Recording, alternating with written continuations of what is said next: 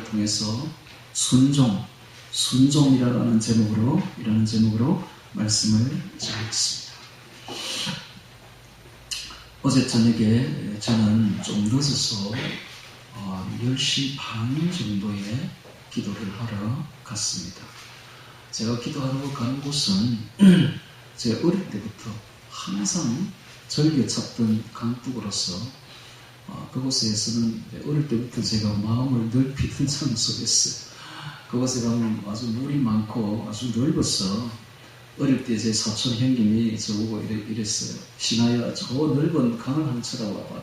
물을 한번 쳐다봐봐. 마음이 넓어지지 않니? 너도 이렇게 마음을 넓혀라 라고 했던 소리가 제 귀에 아직도 쟁쟁해요. 시간만 나면 그곳에 가서 이것은 너무 아름답고 갈대도 있고 새소리도 들리고 아름다운 곳이라서 그곳에서 늘 놀곤 했는데요. 지금 제가 매일같이 그곳에 갑니다. 어릴 때도 생각하면서 매일같이 가는데 어제는 제가 좀 늦어서 10시 한 반 정도 갔었어요. 갔는데 요즘에는 이제 금음이라 달이 뜨지 않습니다. 달이 뜨지 않다 보니까 하늘에 별들이 굉장히 빛나고 있는데요. 이 별이 초저녁 위치가 틀리고 또 10시 반경 위치가 완전히 틀려요. 초저녁에는 이 오리온이 동쪽에서 떠오르지 않은 채 보이는데 반쯤 떠오르는데 이렇게 부어맞히면 어제는 가보니까 완전히 떠올랐어. 완전히 떠오르고 오리온뿐만 아니라 오리온 뒤에 있는 큰 개자리, 작은 개자리가 다 보이는 거예요. 겨울에 보이는 대삼각형이 다 보이는 거예요. 우리가 처음에 오리온 자리 밑에 있는 큰 개자리 별이 이렇게 빛날 때는 처음에 그걸 보고 깜짝 놀랐어요. 왜 저렇게 빛나느냐고. 저 인공적인 별 아니냐고, 빛이 아니냐고 막 그렇게 했는데 인공이 아니고 얼마나 빛나는지 이게 이제 대표적인 겨울의 별자리죠. 오리온 자리 밑에 있는 큰 별하고 큰 개자리하고 작은 개자리가 삼각형을 이루고 있습니다. 그래서 겨울의 삼각형이라고 불리는데 그것뿐만이 아니었어요. 그뿐만이 아니라 오리온 자리 위에는 마차부라고 있는데 그 마차부 별자리 너무너무 예뻐요. 오각형으로 되어 있는 그 별자리가 오리온 자리도 완전 장구처럼 생겨가지고 완전히 예쁘죠. 무슨 보석 같죠. 그래서 그 사이에 또 보면 또 별자리가 또 있어요. 쌍둥이 자리라고. 쌍둥이 자리도 예뻐요. 그 위쪽에는 보면 또 황소 자리가 있어요. 황소 자리도 있고 또 이제 마차부에서 조금 이쪽으로 보면 카시오페아가 있는데 그 카시오페아 사이에는 또 페르세우스 자리가 또 있어요. 굉장히 예쁘죠. 그리고 또 카시오페아에서 아래쪽으로 보면은 페가수스 있는 거죠. 잠시 잊었는데요. 그 오각형 끝점이 있어요. 그 오각형 끝점과 연결하면 북극성이 보여요. 북극성이 변하지 않아요. 위치가 항상 그 자리. 항상 그 자리인데 북극성을 중심으로 해서 별들이 이렇게 돌고 있어요. 시계 방향으로 돌고 있는데 이제 카시오페아에서 서쪽으로 이렇게 보면은 백조자리가 보이죠. 백조자리 아주 예쁩니다. 백조자리 끝점이 아주 밝은 별인데 그 별하고 그 아래쪽에는 견우별이 있어요. 견우별. 그리고 저 은하수 너머에는 직녀별이 있죠. 그래서 이 별들이 처음에 저는 그건지도 몰랐어요. 그냥 별이 밝네 이렇게만 생각했는데 제가 너무 이 별이 예뻐가지고 별자리 연구를 좀 했어요. 했더니 이제는 별자리를 싹 알겠어요. 저번에는 무슨 별 다 알겠어요. 그냥. 그래서 제 눈에 보이는 별도 있지만 보이지 않는 별도 많아요. 그래서 별자리를 보면은 이런 별들이 있구나 하는 건데 아직 제 눈이 좀 밝지가 않아가지고 다 보이진 않지만 그래도 얼마나 예쁜지 모릅니다.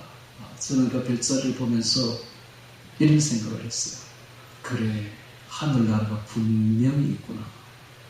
도시의 불빛 속에 사는 사람들은 별을 보지 못합니다. 하늘을 보질 여개도 없죠. 그러나 저처럼 이렇게 초월해서 그 정말 청명한 하늘에서 빛나는 별들을 보고 있는 저는 하늘나라가 확 보입니다.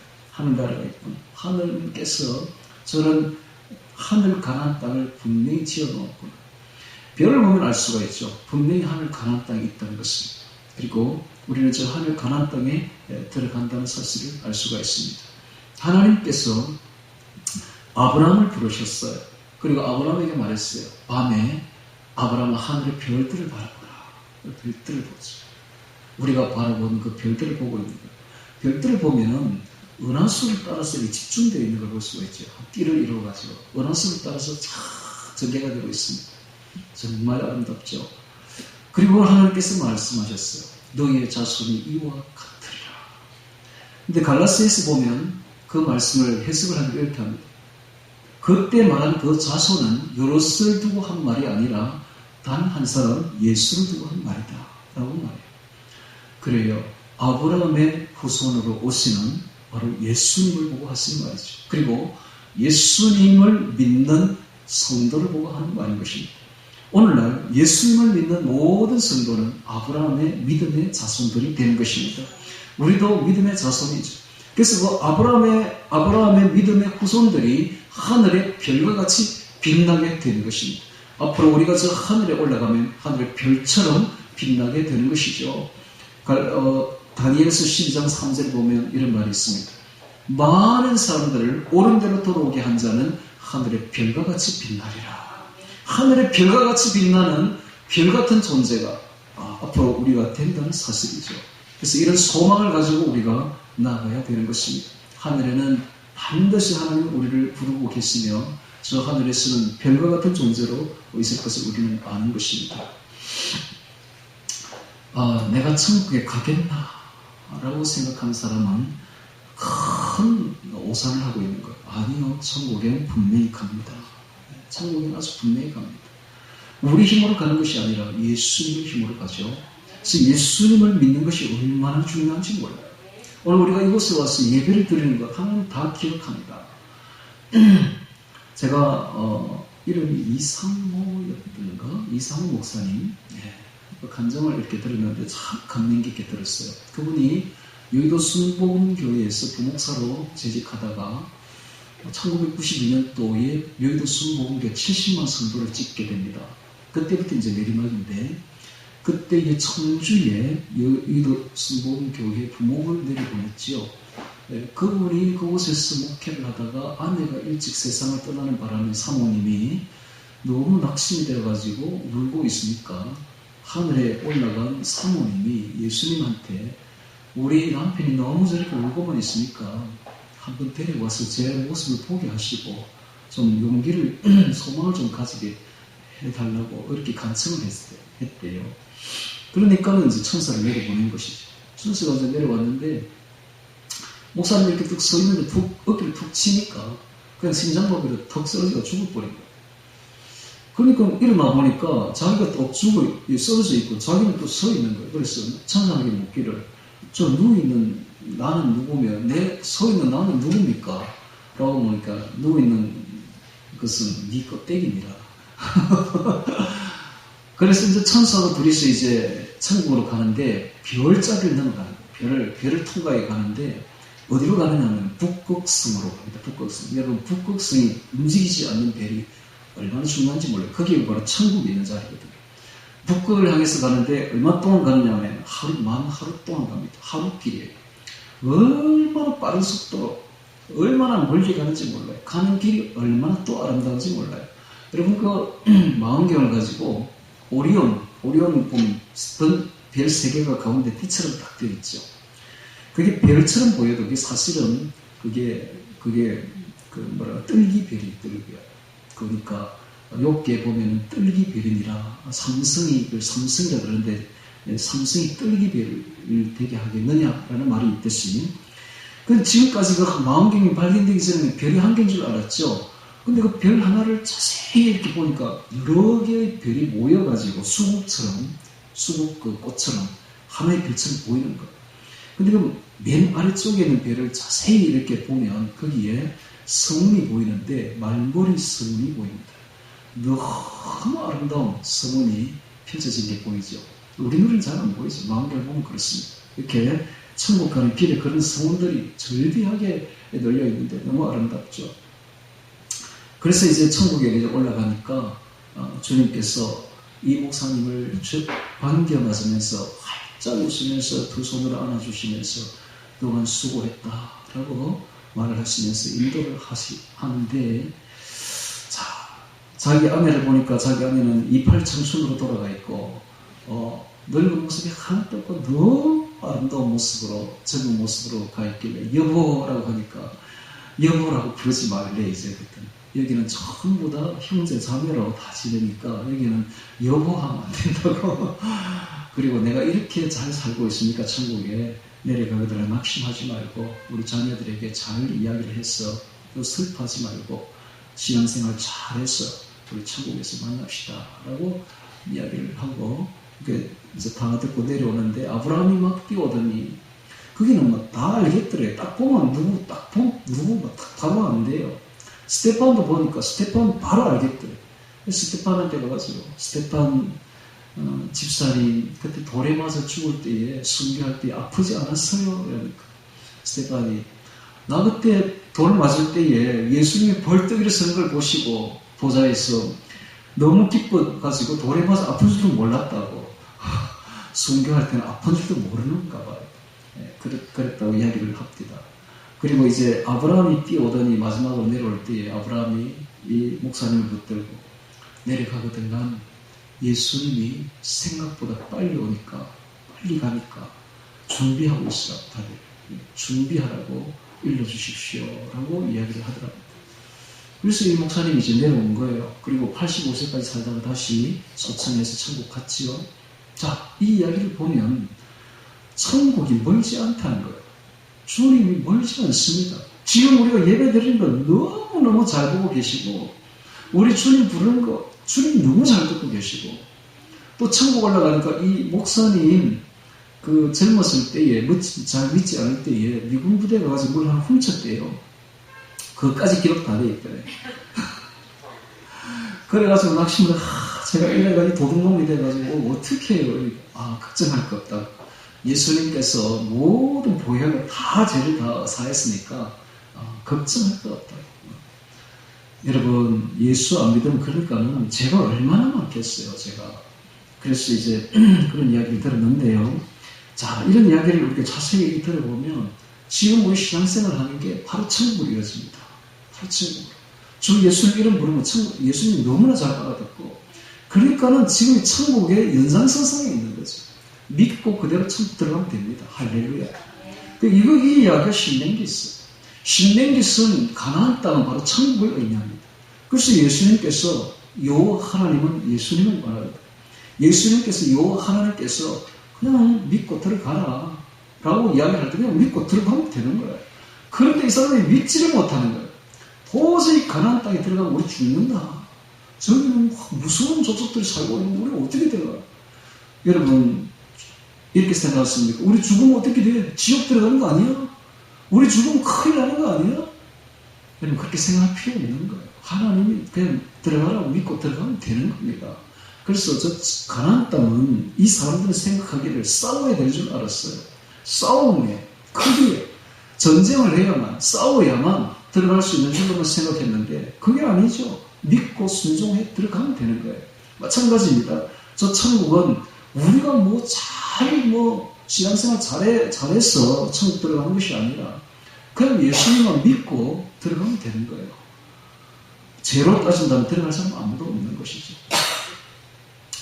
자, 이제부터 18절부터 같이 보면서 순종이라는 제목으로 우리 천국길을 걸어가 보도록 하겠습니다. 18절 봅니다. 내가 너희에게 행할 모든 일을 그때에 너희에게 다 명하였느니라. 그때가 호렙산에 머물 때입니다. 호렙산에 머물 때. 자, 이 호렙산이 나오는데 호렙산이 도대체 뭐 하는 산이냐?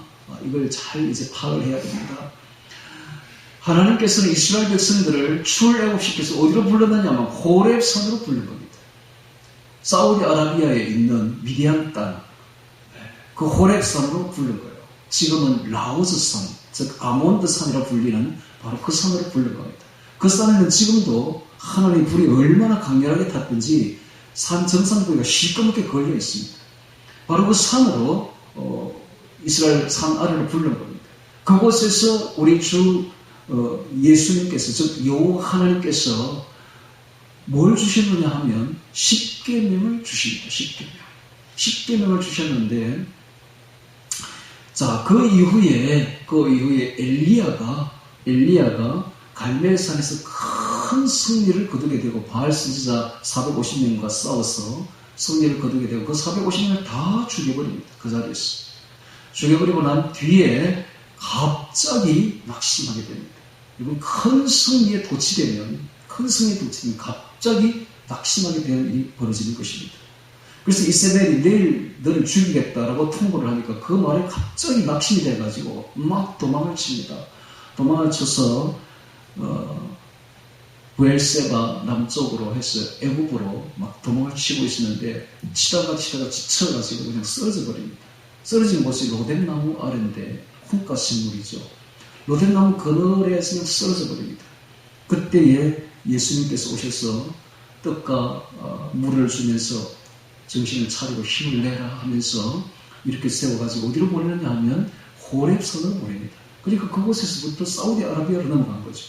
사우디아라비아로 넘어가서 모세가 있었던 바로 호렙산 동굴에 들어가게 됩니다. 그때 호렙산 동굴에 들어가니까 호렙산 동굴에서는 큰 불이 일어나는데 그 불 속에서도 하나님 볼 수가 없었고, 큰 바람이 불어서 바위가 막 날리는데도 불구하고 그 바람 속에서도 하나님을 찾을 수가 없었습니다. 큰 지진이 일어나는데 그곳에서도 하나님을 찾을 수가 없었는데 세미한 음성 속에서 하나님을 찾게 됩니다. 하나님을 만나게 되죠. 그래서 그 세미한 음성을 듣고 엘리야가 힘을 새롭게 얻어서 새롭게 힘을 얻고 새 사역을 시작합니다. 그때 이 세미한 음성이 원어에 보면 바위를 가르는, 신이 바위를 가르는 소리라고 되어 있습니다. 신이 바위를 가르는 소리.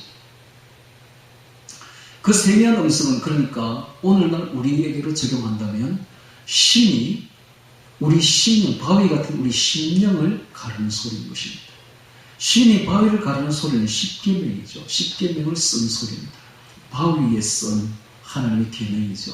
마찬가지로 신이 바위를 가르는 그 소리는 바로 오늘 우리의 심령을 가르는 소리인 것입니다. 음성을 들어야 됩니다. 하나님의 음성을 들어야 됩니다. 하나님의 말씀을 들어야 됩니다. 우리가 이 세상에 살고 있을 때에 하나님의 말씀을, 신의 음성을 듣지 못하면 방황하게 됩니다. 그래서 이 호렙산에서부터 엘리야는 새롭게 출발합니다. 신의 음성을 듣고 난 뒤부터는 새롭게 힘을 내고 출발하게 되죠. 마찬가지로 오늘 우리가 이 세상을 살아갈 때에 신의 음성을 듣지 못하면, 하나님의 말씀을 듣지 못하면 반드시 방황하게 되어 있습니다. 갈 길을 잃어버리고 맙니다. 캄캄한 밤바다를 유리하게 됩니다. 방황하게 됩니다. 낙심하게 됩니다. 절망하게 됩니다. 그러나 하나님의 말씀을 우리의 가슴에 새기게 되면 그때부터는 새로운 소망이 열리게 됩니다. 새로운 방향이 보이기 시작합니다. 흔들리지 않습니다. 낙심하지 않습니다. 천국이 훤히 보이게 되는 것이죠. 그래서 하나님의 말씀을 가슴에 새기는 것이 그렇게 중요하다는 겁니다. 자, 지금 이스라엘 백성들을 호렙산 아래에서 몰고 와서 지금 모압 평지 위에 세워놓고 모세가 지금 무엇을 하고 있습니까? 전쟁을 연습시킵니까? 창칼을 갈고 있습니까? 들어가서 싸워야 되니까? 아니요. 그런 게 중요한 게 아니라 하나님의 말씀을 그들의 심령 속에 새겨놓고 있는 것입니다. 말씀이 들어올 때에 비로소 가나안 땅은 우리 땅이 되는 것입니다. 우리도 마찬가지입니다. 하나님의 말씀이 우리의 심령 속에 들어올 때에 천국이 우리 것이 되는 것이죠. 하나님의 말씀이 이렇게 중요한 것입니다. 하나님의 말씀을 내 가슴판에 새기는 것이 이렇게 중요한 것입니다. 자, 그렇다면 오늘 우리가 하나님의 말씀을 어떻게 새겨야 됩니까? 목사님 어떻게 해야 하나님의 말씀을 새기죠? 예, 하나님의 말씀을 새겨야 됩니다. 새기는 방법은 읽어야 돼요. 들어야 돼요. 그리고 써야 돼요. 손으로 만져야 돼요. 써야 돼요. 에센스를 써야 돼요. 기록해야 돼요. 간추려야 돼요. 그리고 삼켜야 돼요. 삼켜야 돼요. 암기해야 돼요. 암기해야 돼요. 그리고 되새김질도 해야 돼요. 소처럼. 즉 묵상해야 돼요. 그리고 그것을 행해야 돼요. 순종해야 됩니다. 여기까지 가야 됩니다. 자, 이렇게 하지 않으면 어떤 일이 벌어지는가? 어떤 일이 벌어지는가? 우리의 속에서는 항상 세상 생각으로 가득 차는 것입니다. 여러분, 하늘나라 예수님께서 오실 때에 들림받는 신부는 어떤 사람들일까요? 들림받는 신부는 말하자면 예수님을 사랑하는 자들입니다. 예수님을 사랑하는 자들은 어떤 사람들인가? 항상 예수님을 생각하는 자들입니다. 항상 예수님의 말씀을 생각하는 자들입니다. 오늘 우리는 어떤 사람들인지 우리 자신을 한번 돌아보시기 바랍니다. 우리는 누구를 생각하고 있습니까? 무엇을 생각하고 있습니까? 24시간 중에 도대체 우리는 무슨 생각을 하고 있습니까? 항상 사람들은 엄난한 생각을 하기 쉽죠. 엄난한 생각. 항상 엄난한 생각을 하고 있습니다. 엄난한 자들입니다. 또 세상에 돈 생각을 하기 쉽죠. 돈 생각, 물질 생각, 탐심, 우상 숭배자들입니다. 탐하는 자는 우상 숭배라고 했습니다. 그 다음 또 자기를 생각하기 쉽죠. 자기 맹계, 자기 교만. 그래서 항상 이 말세가 되면 세 가지 사랑에 깊이 빠지게 되는데 자기 사랑, 돈 사랑, 쾌락 사랑. 이것이 현대인들의 모습입니다. 24시간 중에 대부분 그 생각을 하고 있는 거예요. 하나님께 들림받는 신부는 그래서는 안 됩니다. 그것이 바로 우상숭배입니다. 그것이 바로 우상숭배예요. 24시간 중에 오직 주의 말씀을 생각하고 주님을 생각해야 되는데 그러려면 아침에 일어나서 말씀을 읽어야 돼. 말씀을 들어야 돼. 말씀을 삼켜야 돼. 암기해야 돼. 말씀을 써야 돼. 말씀을 묵상해야 돼. 자, 이렇게만 하면은 어떤 일이 벌어지는가? 말씀을 순종하게 됩니다. 그럼 자연스럽게 돼요. 말씀을 순종하게 됩니다. 항상 주님을 생각하고 주의 말씀을 새기면은 말씀은 반드시 순종하게 되어 있습니다. 자, 우상 숭배자냐 아니면 예수님을 섬기는 자냐 둘 중에 하나로 갈라지는 것입니다.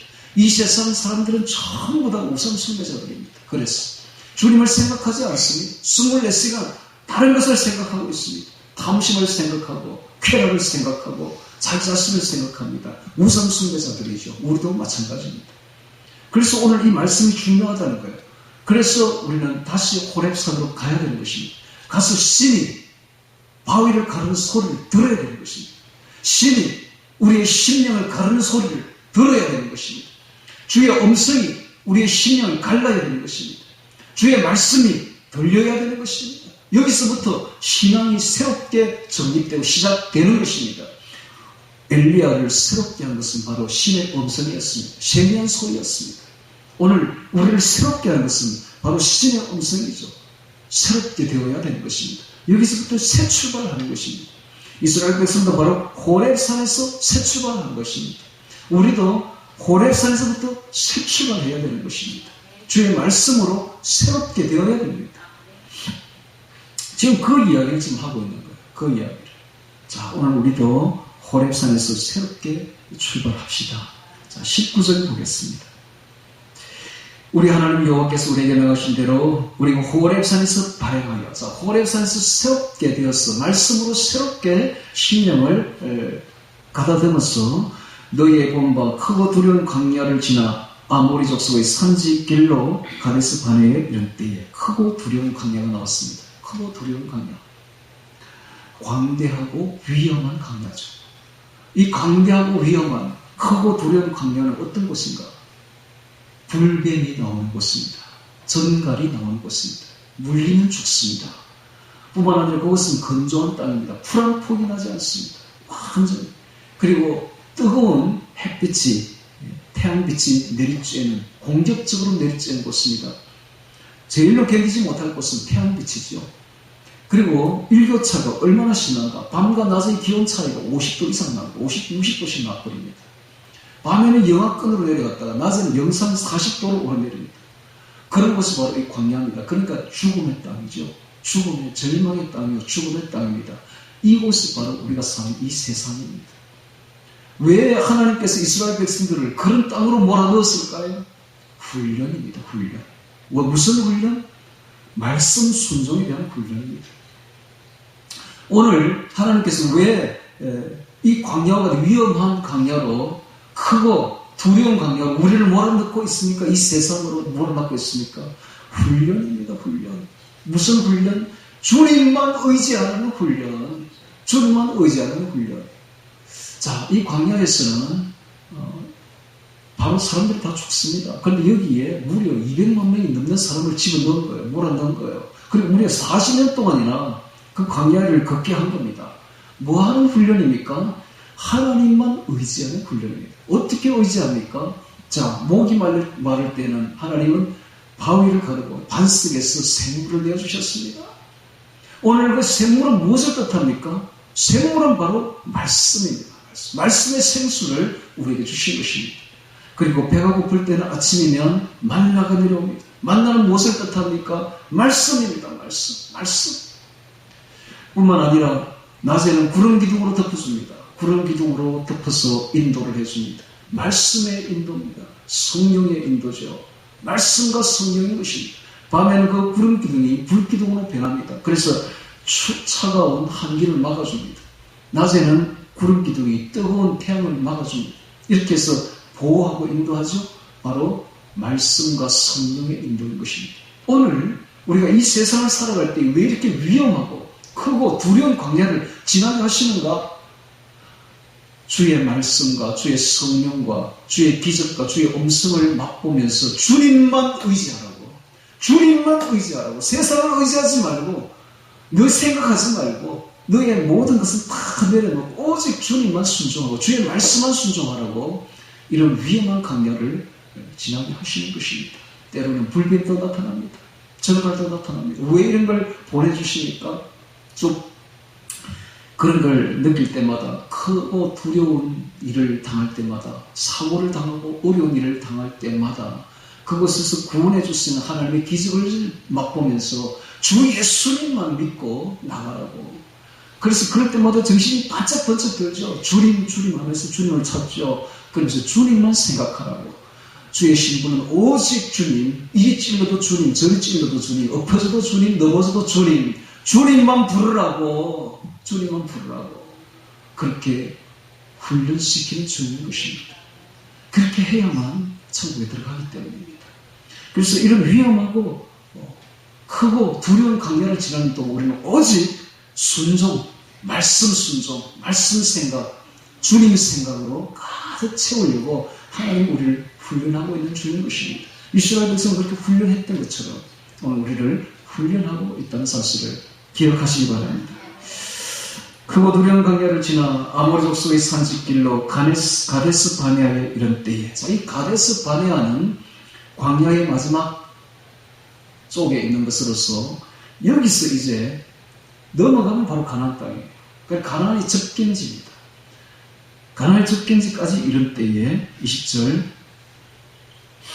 내가 너에게 이르기를 우리 하나님 여호와께서 우리에게 주신 아모리 족속의 산지가 너희 산지에 너희가 이르렀나니 너희 하나님 여호와께서 이 땅을 너희 앞에 두셨은즉 너희 열정이 하나님 여호와께서 너희에게 이르신 대로 그냥 올라가서 얻으라 두려워 말라 주저하지 말라 한적. 자, 이 말씀대로만 그냥 행하면 되는 거예요. 여기서 그냥 들어가면 그냥 가나안 땅인 것입니다.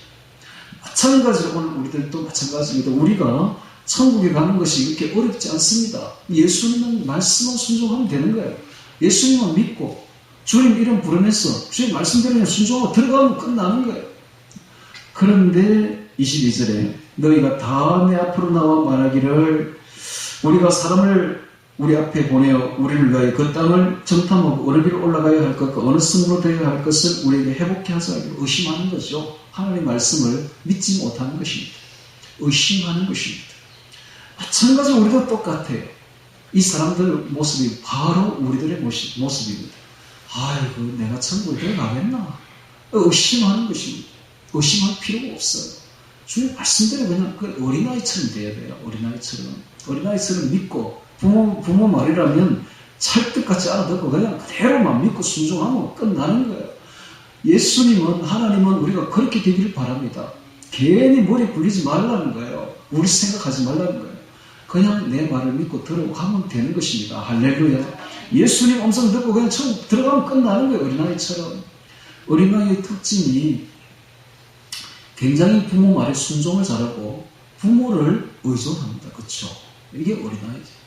그래서 오늘 우리들도 어린아이처럼 부모님을 의존해야 돼요. 의지해야 돼요. 우리의 부모 되신 예수님을 의지해야 됩니다. 의존해야 됩니다. 믿고 그냥 순종하고 들어가면 되는 겁니다. 근데 여기 어린아이가 이제 나오는데, 어린아이라는 말이 나오는데, 나중에 보면 너희 자녀와 어린아이는 들어간다는 말이 있습니다. 너희는 못 들어가고, 너희 어린아이들은 들어간다. 라는 말이 있습니다. 예수님께서 말씀하시기를, 진실로 너희에게 이르노니, 너희가 돌이켜 이 어린아이와 같이 되지 아니하면 결단코 천국에 들어가지 못하리라. 한 말이 무슨 말인가 하는 사실입니다. 나중에 보면 이 성경에서 말하는 이 어린아이는 진짜 어린아이가 아니라, 아브라함이 보면은 그 이삭을 데리고 모리아 산에 올라갈 때도 내가 아이와 함께 올라가서 번제를 드리고 내려올 때까지 너희 하인 둘은 여기 있으라는 말이 있습니다. 그래서 아브라함이 그 아이와 함께라는 말 때문에 정말 어린아이로 생각하는데 이삭을 그렇지 않습니다. 그 당시 이삭은 17살이에요. 17살 청년입니다. 항상 성경에는 청년들을 뭐라고 말하는 거죠? 뭐 아이로 봅니다. 왜 아이인가? 왜 아이인가? 아이처럼 하나님을 의존하기 때문에 그렇습니다. 아이처럼 겸손하기 때문에 그렇습니다. 오늘 우리가 천국에 들어가려면 어린아이와 같은 심장을 가져야 됩니다. 아이처럼 겸손하고 아이처럼 주님을 의지하는 그런 사람이 되어야 됩니다. 그래서 교만하면 안 돼요. 내 생각 자꾸 내면 안 됩니다. 내 판단, 내 고집, 내 뜻, 이 고집하면 안 됩니다. 이거 다 내려놓아야 돼요. 그래서 오직 주님만 바라보아야 됩니다. 또 하나님께서, 주님께서 말씀하시기를 마태복음에 보면 5장에 보면 이런 말이 있죠. 심령이 가난한 자는 복이 나니 천국이 저희 것이며 의에 주리고 목마른 자는 복이 나니 저희가 배부를 것이며 이런 말이 있습니다. 이게 바로 어린아이입니다. 어린아이. 우리 심령이 가난해야 돼요. 가난해서 없으니까 자꾸 가지려고 해야 됩니다. 즉 하나님의 말씀을, 예수님의 진리를 가난해서 자꾸 얻으려고 목말라야 돼요. 목마르고 배고프고 이래야 됩니다. 보통 이 배고픈 아이들이 건강한 아이들이에요. 배가 불러가지고 자꾸 안 먹으려면 이 병든 거예요. 큰 병 든 거예요. 배가 안 고프다, 먹고 싶지 않다, 이거 큰 병이 든 거예요. 배가 고파야 됩니다. 배가 자꾸 먹으려고 해야 돼요. 배고픈 아이가 건강한 아이입니다. 오늘 우리도 예수님의 진리에 배고파야 돼요. 배고파야 돼요. 목말라야 돼요. 목말라야 돼요. 그래서 주의 말씀을 자꾸 먹으려고 해야 돼요. 이게 살아있는 거지. 주의 말씀을 안 먹으려고 한다. 주의 말씀에 관심이 없다. 이 큰 병이 든 거예요. 큰 병. 오늘 우리가 주의 말씀에 배고파야 됩니다. 심령이 가난해야 됩니다. 의에 줄이고 목말라야 됩니다. 그래야만 천국에 들어갑니다. 건강한 사람들이에요. 자, 그런데 여기 보니까 가데스 바네 앞에서 하나님을 진노케 하는 사건이 벌어지게 됩니다. 이 사람들이 그냥 들어가면 되는데 하나님을 의심하게 됩니다. 23절에 봅니다. 내가 그 말을 선히 여겨 너희 중에서 메지파의 한 사람씩 12를 택하며 그들이 앞으로 가서 산지에 올라 에스고 골짜기에 이를 그곳을 정탐하고 그 땅에 가시고 손에 가지고 우리에게 돌아와서 우리에게 해보하여 이르되 우리 하나님 여호와께서 우리에게 주시는 땅이 좋더라 하였느니라. 그러나 너희가 올라가기를 절개 아니하고 너희 하나님 여호와의 명을 거역하여 장막 중에서 원망하여 이르기를 여호와께서 우리를 미워하시는 고로 아무리 족속의 손에 붙여 멸하게 하시려고 우리를 애굽 땅에서 인도하여 내셨도다. 하나님이 경노한 말을 해버린 겁니다. 하나님이 우리를 애굽에서 인도하는 것은 여기서 우리를 죽이려고 우리를 인도했다라고 말하는 거예요. 그러면서 자기들은 아모리 족속의 사람들 앞에 가면 메뚜기밖에 안 된다. 저 사람들 키가 얼마나 큰지 거인 족속이 살고 있었습니다. 그곳에 얼마나 큰지 우리는 메뚜기밖에 안 된다. 메뚜기 컴플렉스가 생긴 겁니다. 자, 이게 뭡니까? 하나님을 믿지 못하는 것이죠. 원망하고 하나님을 미워하는 것입니다. 자, 왜 이런 일이 벌어집니까? 하나님께서 지금 이 가나안 땅을 주시는 것은 이 사람들은 이렇게 생각한 거예요. 이것은 우리가 싸워서 전쟁에서 이겨야 된다라고 생각한 겁니다. 가나안 땅은 싸워서 전쟁하는 땅이 아닙니다. 그래서 순종해서 그냥 들어가면 되는 땅이에요. 근데 이 전쟁의 개념을 항상 이 사람들은, 믿지 않는 사람들은 세상 사람들처럼 생각하는 거예요. 그래서 다윗도 보면 사울과 백성들이 어떻게 생각했냐면 골리앗을 생각하기를 이 숫자의 싸움이고 크기의 싸움으로만 생각한 거예요.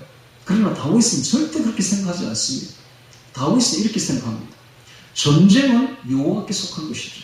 이렇게 보는 거예요. 그래서 전쟁을 하나님께 속한 것으로 보는 것입니다. 오늘 우리는 누구에게 속해 있느냐가 중요한 것이지 크기와 힘은 문제가 아닌 것입니다. 하나님께서 지금 이 거인들에게 있는 땅에 그냥 들어가면 되는 겁니다. 나머지 모든 문제는 하나님이 알아서 하실 것입니다. 즉 우리의 믿음을 테스트해 보시는 것입니다. 테스트해 보시는 것입니다. 오늘 우리도 마찬가지입니다. 문제는 내가 누구에게 속해 있느냐의 문제이고 내가 얼마만큼 주의 말씀을 순종하느냐 주님을 생각하느냐의 문제이지 나머지는 문제가 될 것이 하나도 없는 것입니다. 모든 것은 다 주님께서 알아서 하실 문제고 우리는 그래서 그분에게 순종만 하면 되는 것입니다. 할렐루야. 어린아이와 같은 마음을 가져야 돼요. 교만한 마음을 가지면 안 됩니다. 겸손한 마음을 가져야 됩니다. 그래서 주의 말씀은 이제 무조건 받아들이고 그 말씀대로 그냥 순종하면 되는 것입니다. 그것을 보여주시려고 하나님은 지금까지 수많은 이적을 일으켜 주셨습니다. 애국의 10대 재앙도 보여주셨고 홍해 동화 사건도 보여주셨고 마라의 쓴물 사건도 보여주셨고 가데스 반석 사건도 보여주셨고 수많은 기적들을 오늘 아침에도 만나를 내려주셨고 그래도 못 믿는 거예요. 그래도. 여러분 오늘 우리의 일생 중에 많은 기적들이 일어납니다. 크고 작은 수많은 기적들을 주님께서는 우리에게 보여줍니다. 그런 기적들을 왜 보여줍니까? 주님을 믿으라고. 주님을 믿으라고. 제발 주의 손을 믿으라고. 주의 전능하신 손을 좀 알으라고. 믿으라고. 우리에게 보여주는 거예요. 그것을 맛보면서 많은 경험을 하면서도 아직도 믿지 못하고 아직도 불신의 마음을 가지고 있다면 이게 천국에 못 들어가는 거예요. 오늘 우리가 기적들을 맛보면서 더욱더 주님을 믿어야 됩니다. 할렐루야. 주님의 전능하신 손이 언제나 우리와 함께합니다. 주님의 능력의 손이 늘 우리와 함께하는 줄을 우리가 믿어야 됩니다. 그런데 이 사람들이 믿지를 못하는 거예요.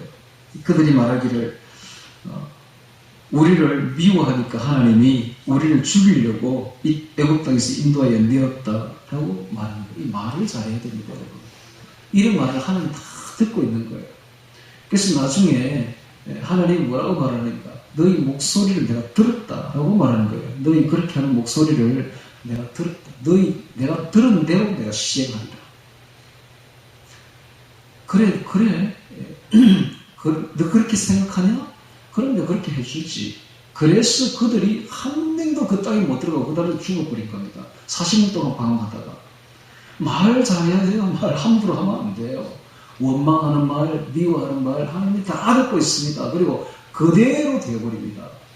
그래서 우리가 자녀를 키울 때도 자녀에게 말 잘해야 돼요. 아무리 자녀가 못된 짓을 하고 말을 안 들어도 망할 놈 이러면 안 됩니다. 그럼 망했나고 나중에 망한다고요. 절대로 그 말하는 대로 말에 권세가 있습니다. 말이 얼마나 무서운지 몰라요. 말한 대로 됩니다. 말한 대로. 하나님이 말씀으로 천지를 창조하셨지 않습니까? 우리에게도 그런 능력을 준 거예요. 그런 권세가 주어져 있습니다.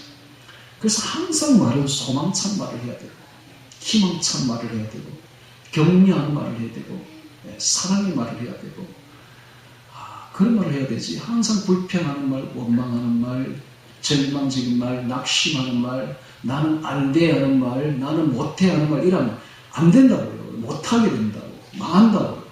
그러니까 절대로 난 천국에 못 들어가 이런 말 하면 안 돼. 난 천국에 갈 수 있어. 항상 소망적입니다. 나는 주님과 함께 영원히 살 거야. 소망적인 말을 해야지. 낙심하는 말을 하면 안 됩니다. 자, 28절에 봅니다. 우리가 어디로 갈고 우리의 형제들은 우리로 낙심케 하여 말하기를 이런 말을 하면 안 되죠. 낙심케 하여 말하기를 그 백성은 우리보다 장대하며 그 성읍은 크고 그 성곽은 하늘에 닿았으며 우리가 또 거기서 안압자손을 구하노라 하는도다 하기로.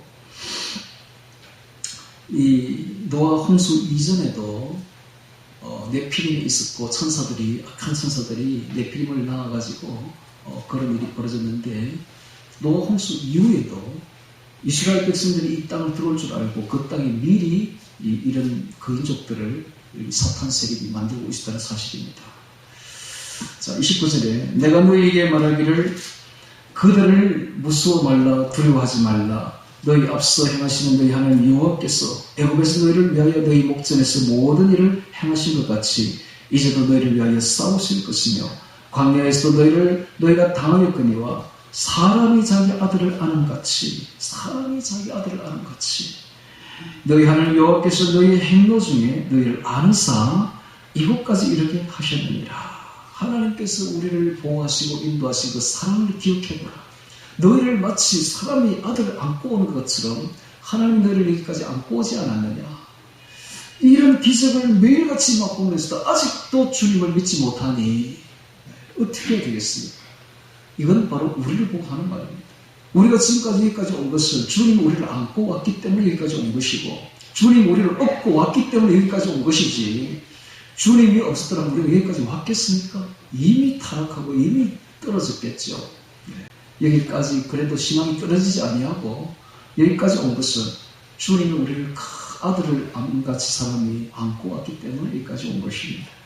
32절 이 일에 너희가 너희 하나님 여호와를 믿지 아니하였도다. 그런데 아직도 이 사람들이 하나님을 믿지 못합니다. 우리도 마찬가지. 아직도 주님을 믿지 못하는 거예요. 우리는 이제 어린아이처럼 주님을 믿어야 됩니다. 주님을 믿는다는 게 뭡니까? 주님을 사랑한다는 거고 주님을 사랑한다는 게 뭡니까? 주님을 생각하는 거예요. 오늘 우리 아까도 이야기했지만 24시간 시간 중에 도대체 주님을 생각하는 시간이 얼마나 되느냐는 겁니다. 주님을 생각하는 건 곧 주의 말씀을 생각하는 거예요. 그래서 항상 주의 말씀을 많이 읽고 많이 묵상하고 많이 생각해야 돼요. 그러면 자동적으로 순종하게 되어 있습니다.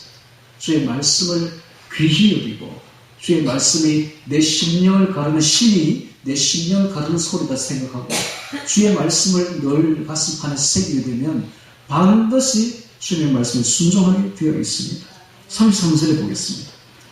그는 너희 앞서 행하시며 장막칠 곳을 찾으시고 밤에는 불로 낮에는 구름으로 너희 행할 길을 지시하신 자신이다. 하나님께서 불과 구름으로 인도하셨습니다.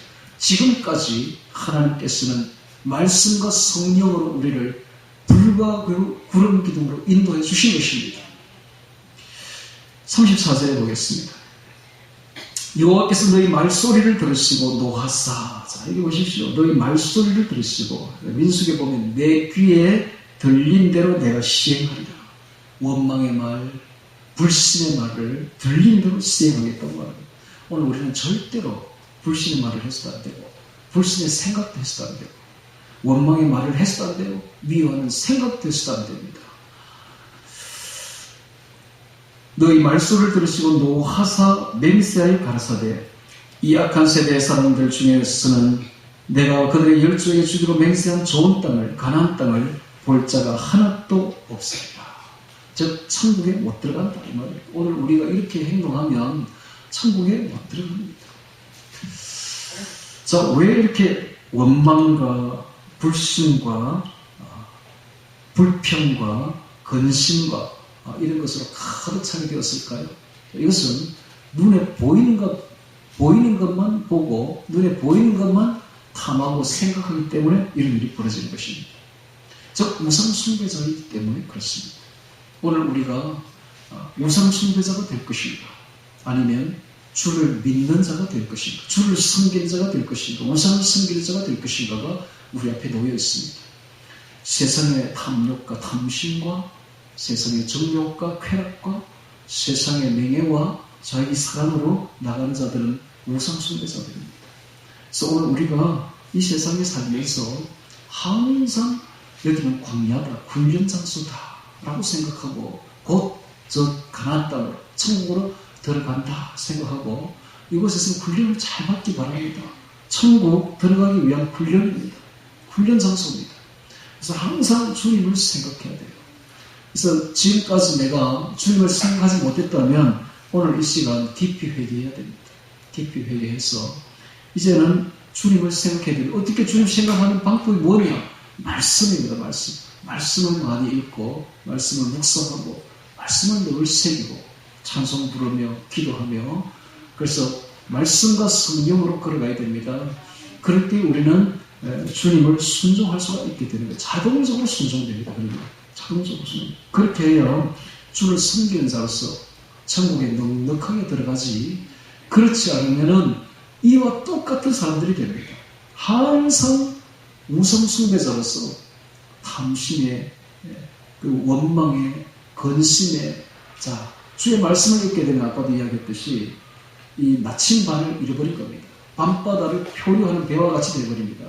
온갖 세상 근심이 그냥 다 달라듭니다.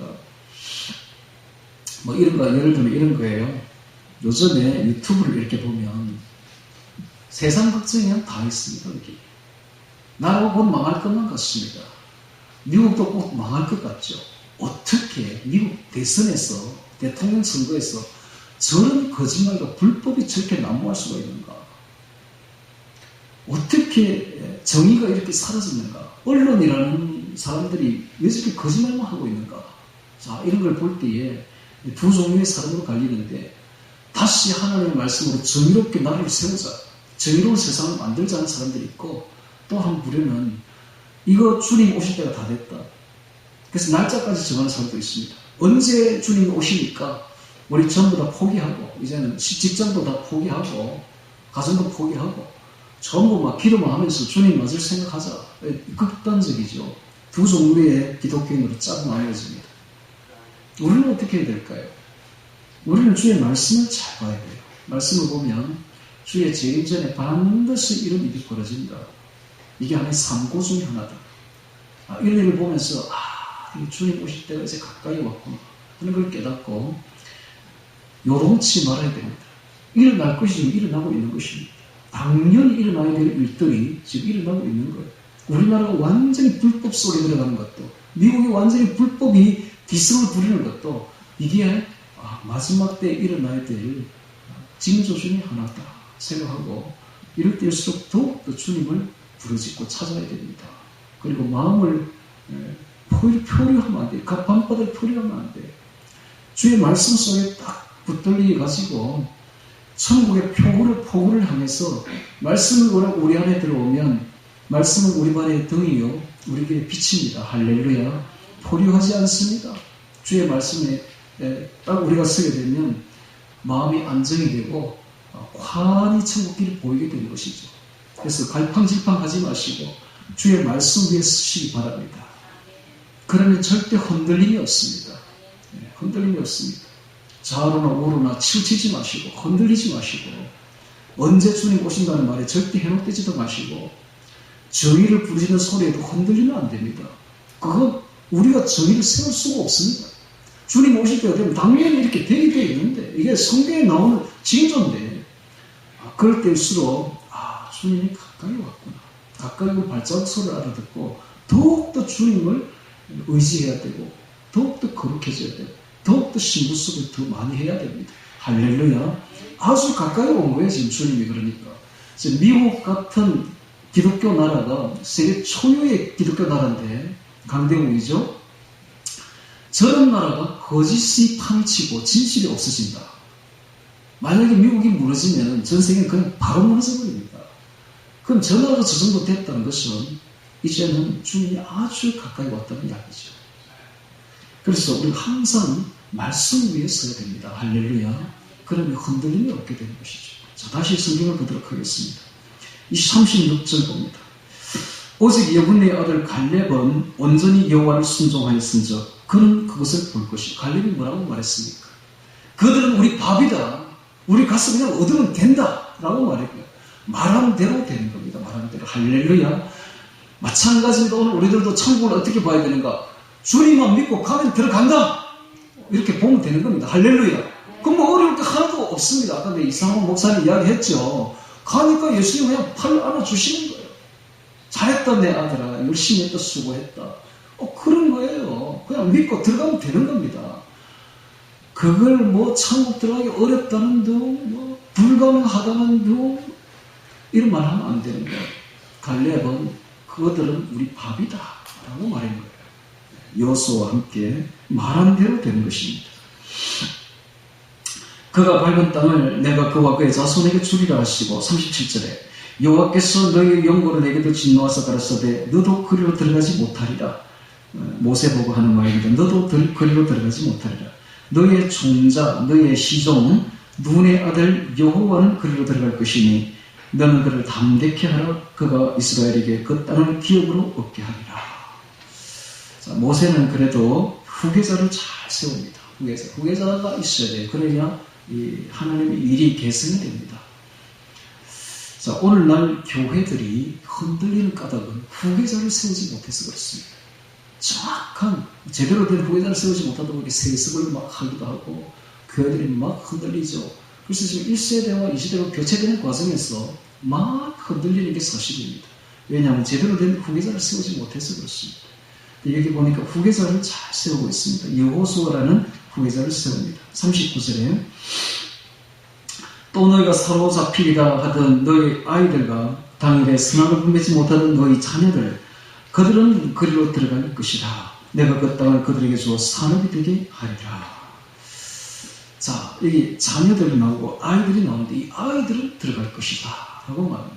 아까도 제가 이야기했듯이 이 천국에 들어가는 사람들은 여호수아가 들어가고 아이들이 들어갑니다. 이건 아주 깊은 뜻이 있어요. 여호수아는 예수아로 예수님을 뜻합니다. 그 이름이 예수하고 똑같은 거예요. 즉 예수님이 천국으로 인도하는 것이지 모세가 율법이 천국으로 인도하지 못합니다. 우리는 믿음으로 천국에 들어가는 것이지 우리가 뭘 잘 지켜가지고 천국에 잘 선하게 산다고 들어가는 게 아니라는 거예요. 그냥 믿음으로 들어가는 겁니다. 할렐루야. 예수님만 믿고 들어가는 겁니다.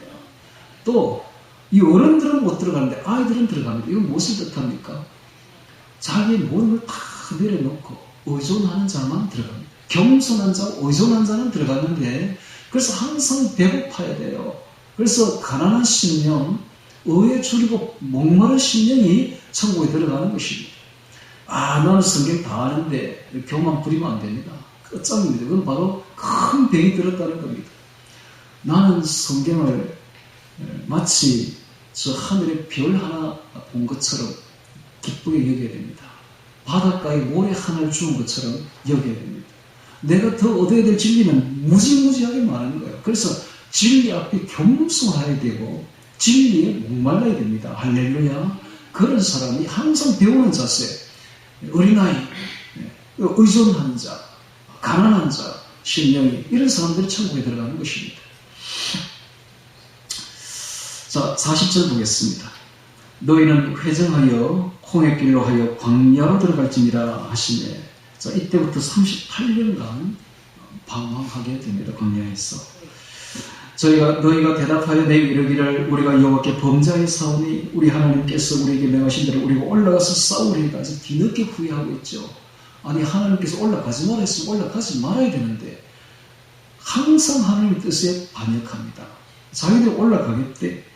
올라가서 싸우리이다 하고 너희가 각각 병기를 떼고 경솔히 산지로 올라가려 할 때에 여호와께서 내게 이르시되 너는 그들에게 이르기를 너희는 올라가지 말라 싸우지도 말라 내가 너희 중 있지 아니하니 너희가 대적에게 피할까 하노라 하셨다 하라 하시기로 내가 너희에게 고하였으나 너희가 듣지 아니하고 여호와의 명을 거역하고 천자의 교만이 충동적으로 산지로 올라가매 그 산지에 가는 아모리 족속이 너희를 마주 나와서 벌떼같이 너희를 쫓아 세일산에서 쳐서 호르마까지 미친지라. 이런 사람들이 이 신앙을 자기의 유익으로 여기는 사람들이 있습니다. 신앙을 하나님의 말씀을 하나님의 신앙을 자기 유익으로 수단으로 삼는 자들이 있어요. 목적이 아니라 수단으로 삼는 자들이 있어요. 이러면은 이것은 하나의 우상 숭배가 되어버립니다. 이럴 때가 있었지요. 블레셋과 이스라엘이 전쟁할 때였습니다. 처음에 전쟁하니까 지게 되고 3,000명이 죽게 됩니다. 그러자 법궤를 가져옵니다. 그래서 황수성을 합니다. 법궤만 오면 우리는 이긴다. 법궤가 수단이 되어버리죠. 이때부터 법궤는 법궤가 아니라 괴짝이죠. 그 괴짝을 들고 이제 가니까 즉 하나님을 수단으로 이기는 겁니다. 전쟁을 이기기 위한 수단으로. 그 올라가니까 3,000명이 죽은 게 아니라 이번엔 3만 명이 죽게 됩니다. 엄청난 패배를 맛보게 되죠. 자, 오늘 우리도 마찬가지입니다. 우리도 우리의 신앙을 우리의 목적을 이루기 위한 수단으로 삼으면 큰일 납니다. 주님은 수단이 아닙니다. 주님은 우리의 최종 목적입니다. 할렐루야. 주의 말씀은 우리의 목적이 되어야 되지 수단이 되면 안 됩니다. 하나님은 우리의 생각을 다 알고 계시죠. 그래서 가지마를 하면 안 가야 되는데 이렇게 불신하고 이렇게 반역합니다. 자, 그러자 그들이 엄청나게 죽게 되고 패배하게 됩니다. 45절에 너희가 돌아와서 여호와 앞에서 통곡하나 여호와께서 너희 소리를 듣지 아니하시며 너희 귀를 기울이지 아니하셨으므로. 자, 이 통곡하나인데 통곡하는 건 참회가 아닙니다. 참회가 아니고 그들이 그냥 억울해서 그들이 자기 뜻대로 하지 못해서 통곡하는 것이죠. 진정한 통곡은 참회의 통곡이어야 됩니다. 너희가 귀를 기울이지 아니하셨으므로 너희가 가데스에 여러 날 동안 거하였나니 곧 너희가 그곳에 가되 날수되리라 라고 했는데 이때부터 38년을 방황하게 됩니다. 자, 오늘 신명기서 1장 19절부터 마지막까지 보면서 우리는 순종이라는 제목으로 말씀을 보았습니다. 제가 처음에 이야기했듯이 호렙산에서부터 이스라엘 백성이 새 출발을 시작하는데 호렙산은 바로 10계명이 주어진 산이요. 그곳은 신이 바위를 가르는 소리가 들리는 산입니다.